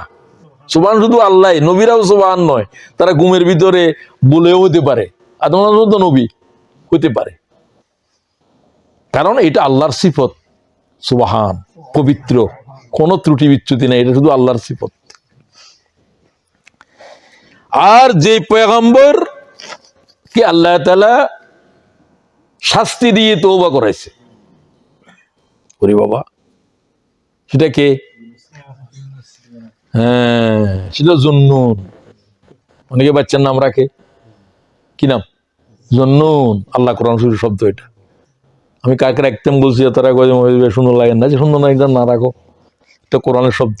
ওয়াজুন্নুন, মাছওয়ালা। নুন মানে মাছ, বিগ ফিশ। মাছের উপরে 1000-এর মতো শব্দ আছে আরবিতে। ওরে বাবা, আরবি বেশি ভাষা। তো সবচেয়ে বড় মাছকে বলা হয় নুন। জুন্নুন ওই বড় মাছের সাথে ছিল, যে মাছের কলিজা দিয়ে সমস্ত জান্নাতীদেরকে আল্লাহ তাআলা স্টার্টার দিবে। কত বরকত দিবে আল্লাহ দিতে পারে। এক মাছের কলিজা লাখ মানুষের নয়, জান্নাতীদেরকে আল্লাহ তাআলা প্রথম খাওয়াবেন এক মাছের কলিজা। এটা ওই মাছ, জমকসরি বলতেছে, যে কোনো তাফসীরকারী নয়, জমকসরি বলতেছে এটা ওই মাছ যে মাছের পেটের ভিতরে ইউনূস আলাইহিস সালাম দাঁড়িয়ে নামাজ পড়ছে। সুবহানাল্লাহ, জোরে কও। ওই মাছওয়ালা ভুলটা কি করেছিল? কম হেদায়াত নিচ্ছে না, ১৪ লক্ষ মানুষ। ইউনুস ইবনে মাত্তা, বাপের নাম মাত্তা। বাপের নাম তো অনেক কিছু থাকতে পারে। ইব্রাহিম আলাইহিস সালামের বাবার নাম আজর, তো ১ নম্বরের মুশরিক থাকতে পারে। বাপ এক জিনিস, কিন্তু বাপ তো ওইটাই, ইব্রাহিম ইবনে আজর আর ইউনুস ইবনে মাত্তা। তো আল্লাহ তাআলা সময় দিলেন, ঠিক আছে তোমার কওম যদি সূর্যাস্ত পর্যন্ত ঈমান না আনে তাহলে তুমি চলে যাবে, তোমার উম্মতের হালাক করে দেবো আমি। নবীরে বদদোয়া করলে আল্লাহ কবুল করে, বারবার চেষ্টা করছে, করে নাই, কিন্তু সময়টা নির্দিষ্ট ছিল। তো সূর্য এখনো ডুবে নাই, মনে করেন যে ডুবার ইউনুস আলাইহিস সালাম, কারণ এটা তো গজব আসবে, চলে যাচ্ছে। চলে যাওয়ার সময় কি আল্লাহর বলছে? এটাই ভুল। নবী যেতে পারবে না, উম্মতেরা পারবে। নবী দাওয়াতের জমিনের থেকে যাইতে হলে কার অনুমতি লাগবে? সময় আল্লাহ দিয়েছে, তারপরও আল্লাহরে বলে দিতে হবে। রাসূলুল্লাহ সাল্লাল্লাহু আলাইহি ওয়াসাল্লাম বললেন যে তোমরা সবাই হিজরত করো। আবু বকরকে বললেন যে তুমি থাকি যাবে, তুমি আমার সাথে একসাথে থাকবে, আর সকলে হিজরত করো। আর আমি যাইতে পারতেছি না, আমার উপর আল্লাহর কি আসবে? মুহাম্মদ এখন তুমি বাইরে। যখন ঘেরাও করে ফেলছে হত্যার জন্য, সেই মুহূর্তে আল্লাহ বলতে মুহাম্মদ এখন বাইর হও। এখন কি বাইরে বা জায়গা আছে? আল্লাহ বাইর হও তুমি, কিভাবে আমি যেন বাইর করবো? চারিদিকে সব হত্যাকারীরা তরবারি হাতে দণ্ডায়মান, তারা সূর্য উদয় হলে ঘরে ঢুকবে, রাতের ভিতরে না। লোকেরা বললো যে অন্ধকারে কেন মানলা? জাআলনা মিন বাইনি আইদিহিম সাদ্দাও ওয়া মিন খালফিহিম সাদ্দা। বালি পড়ে রাসূলুল্লাহ নিক্ষেপ করে দিলেন। আল্লাহ কয় তুমি নিক্ষেপ করো নাই, আমি এদের চোখের ভিতরে বালি পৌঁছে দিছি। সকলে চোখ কসলাচ্ছে, কি বললো? মুহাম্মদ তুমি চলে যাও। আবু বকরকে সাথে নিলেন, রাসূলুল্লাহ চলে গেলেন। কথা বুঝবেন? তো ওই ইউনুস আলাইহিস সালাম যাওয়ার সময় কারে বললেন না? এই আল্লাহ কয় তুমি কি যাইতে পারবে কোথাও? ওয়াজান্নুনি যাহাবা মুগাযিবান, মাছওয়ালা মনে করছে আমি চলে যাব। কোথায় যাবি তুই? আল্লাহ কয় দরিয়ে যেতে পারবি না, স্থলভাগে না আকাশ পথে, সব কার কার সাম্রাজ্য? আমার। তুমি কোথায় পালাইবা? বুঝতে পারে নাই পয়গম্বরে। নৌকায়ত করে এই এলাকা চলে গেলে তো তার নবুয়ত নাই, অন্য এলাকার মানুষ চিনেও না, এখানে দাওয়াতের কোনো, কারণ ইনি এই এলাকার জন্য, অন্য এলাকার মানুষদের কাছে কলেমার দাওয়াতও দিতে পারবে না, আল্লাহর হুকুম নাই। সুবহানাল্লাহ, এটা শুধু মুহাম্মদে পারবে, মুহাম্মদের উম্মতেরা পারবে। আমার জন্ম কোথায় কোনো কথা নাই, তুমি শুধু আফ্রিকা মহাদেশের দিনের দাওয়াত দিতে পারবে, এটা উম্মতে মুহাম্মদীর, আর কেউ পারবে না, অন্য নবীরাও পারবে না। মুসা আলাইহিস সালাম বনী ইসরাইল ছাড়া কাকেও দাওয়াত দিতে পারবে না। ইয়া আইয়ুহান নাস, শুধু একজন রাসূলের বলার অধিকার আছে। সুবহানাল্লাহ, ও পৃথিবীর মানব মুহাম্মদুর রাসূলুল্লাহ, কারণ তিনি কাফাতাল লিন্নাস, তিনি সকলের জন্য রাসূল, আর কেউ আসেন নাই। আর সকলে কওমের জন্য, ইয়া কওমি ইয়া কওমি ইয়া কওমি, হে আমার জাতি হে আমার জাতি হে আমার জাতি। তো ইউনুস আলাইহিস সালাম সঙ্গে চলে যাচ্ছে, নৌকার উপরে উঠে গেছে। আল্লাহ তাআলা বলেন নৌকা কেমন যাবে? নৌকা তো আল্লাহর হুকুম লাগবে, দরিয়ায় যে তুফান উঠে গেছে, এত বেশি ভারী হয়েছে যে এখন নৌকা ডুবে যাচ্ছে। কাপ্তান বলল যে ২-১ জন না কমাইলে সব মারা যাবে। তো কাকে বালাইবা? কয় লটারি করো, তোমার নাম তোমার নাম তোমার নাম, লটারি করো। লটারিতে ইউনুস, কে ইউনুস? আমি। ওর তাকে চিনে না, এটা তো দরিয়া পার হয়ে চলে যাচ্ছে অন্য জায়গায়। তো খুব সুন্দর মানুষ, নবী তো। আচ্ছা করে আরেকবার, দ্বিতীয়বারও ইউনুস। ইউনুস আলাইহিস সালাম বুঝতে পারছেন যে আমি তো আল্লাহর বলে আসি নাই, কাপড় জামা টামা খুলে ফেললেন। তুমি অন্যরা বলার আগে দিয়ে দরিয়ায় ঝাঁপ দিলেন। তাফসীরকারীরা বলছে সাগরের থেকে এমন এক মাছ, নীল তিমি, এইভাবে আসতেছে যেমন গুলিয়ে আসতেছে, ফেলে দেওয়ার সাথে গিলি ফেলেছে। তারে আল্লাহ নির্দেশ দিচ্ছে যে ইউনুস পড়বে, ইউনুসের গিলি ফেল, এবং ইউনুসের হজম করতে পারবি না। সে এইভাবে আসছে দরিয়ায়। কোন দরিয়াত্তন আসছে আল্লাহ জানে, দরিয়া তো অনেক বড়, মহাসাগরের তলদেশে, রাতের অন্ধকার, মাছের পেটের অন্ধকার। কয় অন্ধকার? মাছের পেটের ভিতরে অন্ধকার, সাগরের তলদেশে 75 কিলোমিটার 75 কিলোমিটারের পরে তো এটা অন্ধকার, কি গহীন অন্ধকার সাগরের তলদেশে। ওখানে পানিদের দেহ থেকে আলো বাইর, এগুলো দিয়ে তারা চলে, মাছগুলো টাছগুলো। ইউনূস আলাইহিস সালাম ওই দরিয়ার ভিতরে প্রাণীদের জিকির শুনতেছে, আল্লাহ শুনাইতেছেন। পাথরগুলো কীট পতঙ্গগুলো জিকির করতেছে, লা ইলাহা ইল্লা আনতা সুবহানাক, লা ইলাহা ইল্লা আনতা সুবহানাক, জিকির। ইউনূস আলাইহিস সালাম কই কি আমার কানে কি আসতেছে, পা নাড়লো, কি আমার তো পাও ঢুকে আছে অন্ধকারের ভিতর, বসে গেল, কি আমি তো জীবিত। প্রচন্ড গরম, মাছের পেট, কোন জান্নাত নয় এটা, এটা আল্লাহ তাআলা ইচ্ছা করলেন ইব্রাহিম আলাইহিস সালামের আগুনের জান্নাত বানাইছে। এখানে তো শাস্তিদের, মাছের পেটের ভিতরে সিদ্ধ হয়ে যাচ্ছে ইউনূস আলাইহিস সালাম। এখানে তো পেটের ভিতরে তো লোহা পর্যন্ত খালি পানি হয়ে যায়, এত টেম্পারেচার আছে, হাইড্রোক্লোরিক অ্যাসিড আছে। ইউনূস আলাইহিস সালাম দাঁড়িয়ে গেলেন, জিকির শুনলেন, নিজেরে জালেম বলে তওবা করলেন, ও যোগ করলেন, লা ইলাহা ইল্লা আনতা সুবহানাকা ইন্নী কুনতু মিনাজ জালিমিন। গুনাহ হচ্ছে জালেম, ও আল্লাহ আমি জালেমদের ভিতরে অন্তর্ভুক্ত, আল্লাহ আরে মাফ করে দাও। এই আওয়াজ আল্লাহর আরশের দিকে উঠতেছে। মালায়েকারা বলল, পরবর্তীকার একটা আওয়াজ আসতেছে ক্ষীণ কণ্ঠে, এটা মনে হয় চিনি চিনি, আগে বহুত এইরকম তোমার দরবারে এই আওয়াজ আসছে, কিন্তু এখন তো বুঝতেছি না, কাতর কণ্ঠে আসতেছে। আল্লাহ তোমরা বলো কে? তাফসীরকারীরা বলে ইবনে কসিরে লিখতেছে, আল্লাহ তাআলা বললেন আমার বান্দা আমার নবী ইউনূস মাছের পেটের থেকে আওয়াজ দিচ্ছে, সুবহানাল্লাহ। ও আল্লাহ তুমি মাফ করে দাও। ফেরেশতারা কয় আল্লাহ ইউনূসের কি করো, মাফ করে দাও। আল্লাহকে মাফ করবো তো 40 দিন পরে। আল্লাহর রাগ ঠান্ডা হওয়া মুশকিল। আল্লাহ কয় লালাবে সাফি বাতনি ইলা ইয়াউমি ইউবাসুন। ইউনূস যদি নিজের জালেম বলে জিকির না করতো, ইস্তেগফার না করতো, কিয়ামত পর্যন্ত তার মাছের পেটে জীবিত রেখে দিতাম। সুবহানাল্লাহ কও। তাহলে তওবাটা ইউনূস আলাইহিস সালামের তওবা। আপনারাও যে কোনো বিপদের ভিতরে এই তওবা, এই জিকির করবেন, লা ইলাহা ইল্লা আনতা। সাহাবীরা বললেন হুজুর এটা থেকে ইউনূসের জন্য, কয় না আয়াতের পরের দিকে কি বলছে, যে কোনো আমার বান্দা যে কোনো অবস্থায় যে কোনো সময়ে যে কোনো বান্দা বান্দি যে কোনো বিপদে যে কোনো সময় ইউনূসের এই তওবার ডাক দেবে, আমি লাব্বাইক বলবো। সুবহানাল্লাহ। কি করোনা মরণার দোয়া পড়েন, এটাই তো দোয়া। যত দোয়া আছে এটা তো কোরআন শরীফের দোয়া। এটা দিয়ে ইউনূস আলাইহিস সালামের আল্লাহ মুক্তি দিয়েছে মাছের পেটের তুন।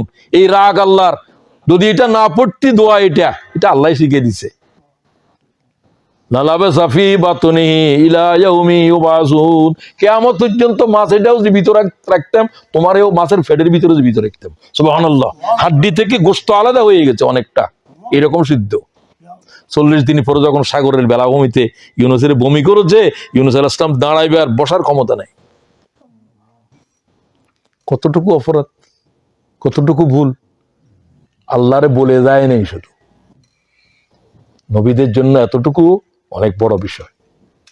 এরপর তো মাফ করে দিয়েছেন। ওই জাতি আল্লাহকে ওই জাতির কাছে আবার যা, কিন্তু জাতি এটারে আল্লাহ মাফ করে দিছে কেন? তারা যখন দেখলো যে ইউনূস নাই, কিন্তু গজবের মেঘ আকাশ কালো হয়ে গেছে, শুরু হয় নাই, কালো হয়ে গেছে। তারা কয় আমরা ইউনূসের কথা শুনি না, এখন তো গজব আসতেছে, চলো আমরা পয়গম্বর কাছে যাই। পয়গম্বর কি আছে? যে জাতিরা তওবা করবে আল্লাহ তাদের উপর আল্লাহর গজবের হারাম করে দিছে।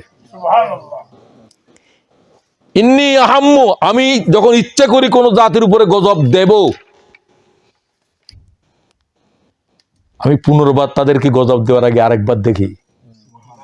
প্রায় তো আমি যখন দেখি আমার কোন বান্দা এখনো মসজিদের ভিতরে আমার ঘরে আবাদ করতেছে, আল্লাহর সিজদা দিচ্ছে, এখন একজন হলেও, এবং শেষ রাতের কান্নার আওয়াজ আসতেছে কোন জমিন থেকে, ততদিন পর্যন্ত ওই জমিনের উপরে গজব মুলতবি থাকবে। সুবহানাল্লাহ। হাদিসে কুদসি, আমি আবার গজবের তুলি ফেলি।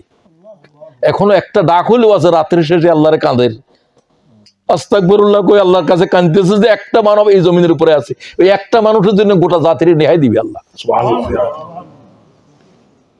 বুঝলেন? শেষ রাতের ক্রন্দন, ইস্তেগফার কি গুরুত্বপূর্ণ বিষয়। ইউনূস আলাইহিস সালাম এই দোয়ার কারণে তো এটা আমাদের কেউ শিখে দিলেন। রব্বানা গফিরলি ওয়ালিওয়ালিদাইয়া ওয়ালিল মুমিনিন ইয়াউমা ইয়াকুমুল হিসাব। ইব্রাহিম আলাইহিস সালামের ইস্তিগফার, মুসা আলাইহিস সালামের ইস্তিগফার। এটা মানুষ খুন করছে তো পয়গম্বর নবুয়ত দেওয়ার আগে পালাই গেছে দেশের তো। আল্লাহ যখন নবুয়তদের কয়ে, ও আল্লাহ আমি তো মানুষ খুন করছি, আমার কি মাপ আছে? আল্লাহ কয় তুই খুন করছিস যে না জানি করে ফেলছ, মাফ করে দিছি, গুনাহ এটা তোরে পয়গাম্বরিয়ে দিছি। আল্লাহ মাফ করে দিল তো। আল্লাহ জানতো, আল্লাহ যদি কয় যে ঠিক আছে আমি তোর মাফ করে দিলাম, এটা জানওয়ালার দরকার নাই, মালিক কে? লোকেরা বলে খুনের বাদী সরকার, বড় সরকার কে? আল্লাহ যদি মাফ করতে চায় মাফ করে না, নবুয়ত দিয়েছে তারে। ওর তো সে মার্ডারার, কোরআন শরীফের আয়াত, খুন করে চলে যাচ্ছে। আল্লাহ তাআলা ইচ্ছা করলে তো মাফ করতে পারে কিনা, কিন্তু এই জন্য মুসা আলাইহিস সালাম কেঁদেছেন আল্লাহর কাছে। তো আল্লাহ তাআলা ঈসা ইবনে মরিয়মের কথাও তার তওবা কি ইন তুআযিবহুম ফাইন্নাহুম ইবাদুক, এটা কোরআন শরীফে আল্লাহ বলতেছে কেন? এগুলো আমাদেরকে শিখার জন্য। মা আয়েশা বলছে রাসূলুল্লাহ এরকম বহু রাত চলে গেছে শুধু এই আয়াত পড়ে, ঈসা আলাইহিস সালামের ইস্তিগফার পড়ে। এটা কোরআনে আছে সূরা মায়েদায় 118। ইন তুআযিবহুম ফাইন্নাহুম ইবাদুক ওয়া ইন তাগফির লাহুম ফাইন্নাকা আনতাল আজিজুল হাকীম। ও আল্লাহ, তুমি যদি তোমার গোলামদেরকে, বান্দাদেরকে শাস্তি দাও, কে তোমার রাগ করবে? কে তোমার প্রতিহত করবে? তুমি ইচ্ছা করলে তো করতেই পারো। আর তুমি যদি মাফ করে দাও, তুমি তো দয়ার্ত, তুমি তো মাহবুব, তুমি তো রহমান। তো আসেন, আমি আর সামনে যেতে পাচ্ছি না। মুহাম্মদুর রাসূলুল্লাহ সাল্লাল্লাহু আলাইহি ওয়াসাল্লাম বলেন, আমার উম্মতের জন্য আল্লাহ তাআলা দুটা জিনিসকে আমার উম্মতের জন্য পাহারাদারি করার জন্য, উম্মতের রক্ষা করার জন্য জরুরি করেছেন। একটা কি? একটা হলো আমি। যতক্ষণ পর্যন্ত আমি দুনিয়ার উপরে আছি, আমার উম্মতের উপরে আল্লাহর গজব আসবে না। সুবহানাল্লাহ বলেন। ওয়াল মুস্তাগফিরিনা বিল আসহার, আমি যখন থাকবো না, আমার উম্মতের প্রোটেকশন কিসে দিবে? শেষ রাতের ক্রন্দন, শেষ রাতের জিকির, মুস্তাগফিরিনা বিল আসহার, সেহরির সময় ক্রন্দন। সেহরির সময় কোন সময়? রাত ভোর হওয়ার একটু আগে। ওই সময়ের ক্রন্দন আল্লাহর কাছে এত দামি, একটা গোলাম যদি তাকে কোনো জাতির ভিতরে শেষ রাতের ক্রন্দন করে, আল্লাহ গোটা কওমের বাতা দিবে। সুবহানাল্লাহ। খুব ভালো করে কথাগুলো বুঝার চেষ্টা করেন। তো রাসূলুল্লাহ সাল্লাল্লাহু আলাইহি ওয়াসাল্লাম উম্মতের জন্য দুইটা জিনিস হলো, বলছেন আমার উম্মতের জন্য আমানত, আমার উম্মতের রক্ষাকারী। এক, আমি নিজে, আর আমি তো অনন্তকাল থাকবো না, আমি চলে যাব। আমি চলে যাওয়ার পরে আমার উম্মতের রক্ষাকারী হলো ইস্তিগফার। ইস্তিগফার যতদিন থাকবে আমার উম্মতের উপরে আল্লাহর গজব আসবে না। সুবহানাল্লাহ। তোমার উপরে আসবে না, তোমার জাতির উপরেও আসবে না। ইস্তিগফার,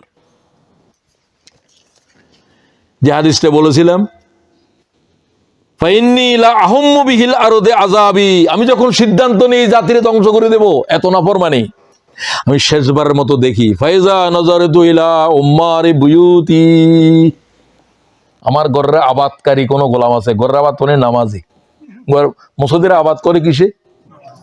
মুসল্লি নাই তো, এটার আবাদ নাই, এটা বরবাদ হয়ে গেছে।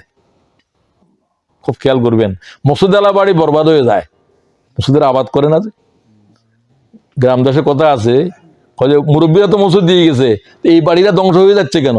এরা মসজিদ, এরা তো মুসল্লি কেউ নাই, জুমা বাড়ি কেউ, বাইরের লোকেরা আসে, আর 5 ওয়াক্ত নামাজ খালি থাকে। এই এলাকার জনপদ শেষ হয়ে যাবে, এই মসজিদের চারিদিকের লোক খতম হয়ে যাবে। এরকম খতম হতে দেখেছি আমি, আমার এলাকায় দেখেছি আমি। মসজিদওয়ালা বাড়ি বিরান হয়ে যাবে। কিসে বিরান করবি? আবাদ না করলে মসজিদে বিরান, মসজিদে যারা বিরান করছস, মসজিদ তোদেরকে বিরান করবে। মসজিদ দেওয়া কিন্তু খুব কঠিন জিনিস। তো সব মসজিদ যেখানে জুমা হয়, যেখানে মসজিদ বলে না। তো আল্লাহ তাআলা বলেন, আমি গজবের দেওয়ার শেষ আগে আরেকবার নজর করি এই জমনের দিকে, যেটার গজব দিব, দেখি যে না এখানে আজও আমার উম্মারে বুয়ুতি, আমার ঘরের আবাদকারী কোন গোলাম এই জমিনে আছে। আজও সুবহানাল্লাহ, আজও আজান হচ্ছে, ইমাম সাহেব একজন হলেও পড়ে। আর কি দেখি, ওয়াল মুস্তাগফিরিনা বিল আসহার, আমি যখন দেখি যে ওই জমিনের শেষ রাতের আওয়াজ আসতেছে আল্লাহর কাছে, কান্না আসতেছে, আল্লাহ কয় যে জমিনের থেকে শেষ রাতের কান্না আসতেছে ওই জমিনের উপরে গজব মুলতবি করে দে। সুবহানাল্লাহ ওয়া বিহামদিহি। এর হাদিসের লফজ সারাফতু আযাবি আনহুম, আমি তাদের উপরে গজব মুলতবি করে দিই। সুবহানাল্লাহ ওয়া বিহামদিহি। গজব তাদের উপরে আসবে না। সুতরাং ইস্তেগফারের উপকারিতা, প্রয়োজনীয়তা এগুলোর উপরে আর কথা বলতেছি না। ওই যে আয়াতটা বলছি যে মা কানাল্লাহু লিউআযযিবাহুম ওয়া আনতা ফীহিম, ও উম্মতের আমি মুহাম্মদ যতক্ষণ আছি কোনো গজব আসবে না।